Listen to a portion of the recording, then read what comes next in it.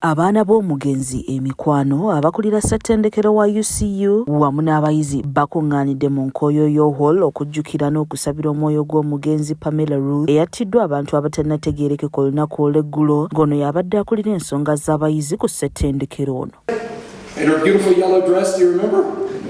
Amyuka akulira ettendekero lino Professor Aaron Musheizi wakati mu nyiika alaze obutali bumativu ku ttemu eryakoleddwa ku mukozi waabwe era n'asaba poliisi okukola okunoonyereza okumala okulaba nga bazuula abatemu bano.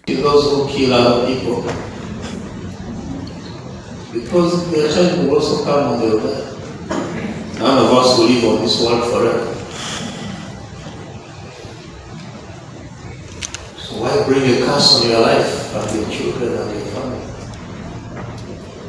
By killing other people. It's a curse.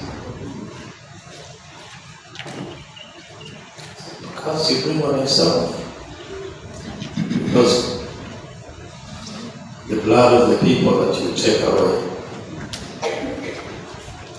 will follow you for the rest of your life. Ono atendereza Pamela nga bw'abadde omukozi omulungi naddala bwe gutuuka ku nsonga z'abayizi okuyamba abasoomoozebwa n'okozesa ebiragala era n'alaga obwennyamivu eri abantu abadda ku bannaabwe ne babatta bwe batyo ng'asabye gavumenti okubaako kyekola ku bantu abaakoze obutemu buno.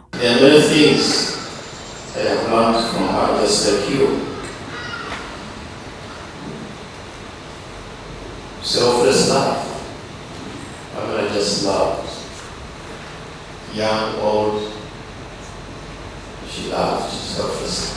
Boba mulekwa okuli Elizaya Matsiko ow'emyaka 13, Noah Sean Masiko bakaabiza abayizi ssaako n'abakulira ettendekero lino bwe baadde bagezaako okunnyonnyola engeri gye baagudde ku mulambo gwa nnyabwe era bano batendereza nnyabwe nga bw'abadde omuzadde atya Katonda ayagala ssaako n'okwagaliza.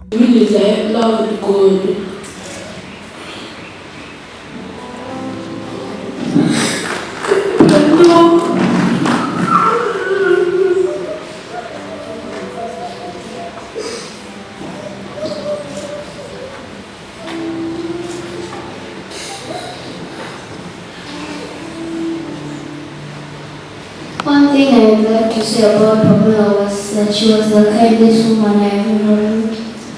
She was like a mother to me.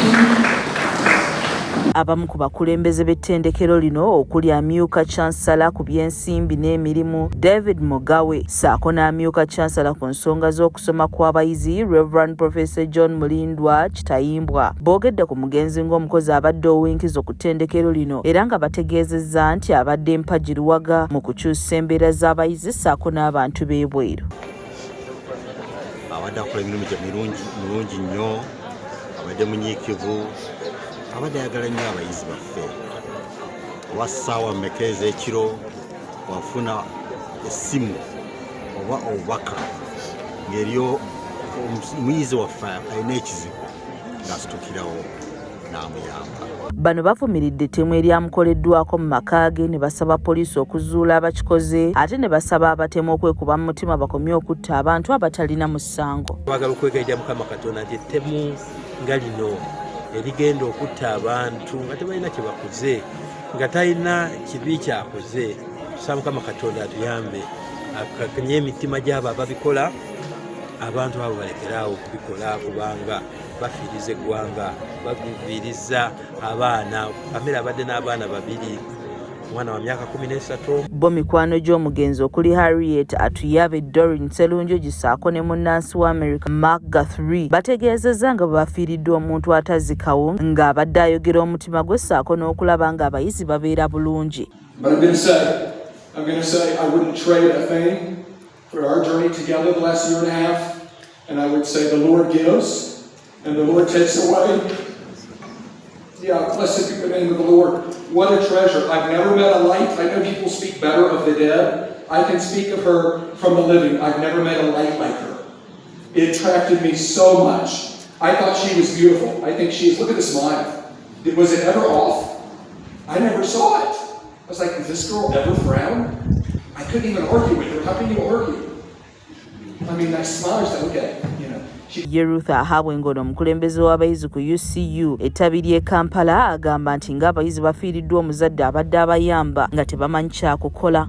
Ng'abayizi tusubiddwa nnyo, tulumizibwa nnyo kubanga omuzadde waffe atubuddeko mu kaseera ke tumwetagira ennyo kubanga ffe ng'abayizi abadde atuyamba nnyo okutuukirira administration abadde atuyamba nnyo mu counseling abadde naffe mu buli kimu tugenda musuwa nnyo. Omwogezi wa poliisi mu Kampala n'emiriraano Rachel Kawala yategeezezza ng'omutimu bwe yayambadde ekiteeteeyi ky'omugenzi jeans ssaako ne stokisi ze oluvannyuma lw'okumutta ku ssaawa 3 ez'okumakya. Omubiri gw'omugenzi gwakutwalibwa ku UCU mu kusaba okw'enjawulo nga gye gugenda okuggyibwa gutwalibwa Mbarara gy'ajja okuziikibwa. Kawesa Paul yakusakidde emboozi eno ku lwa KSTV agaleero.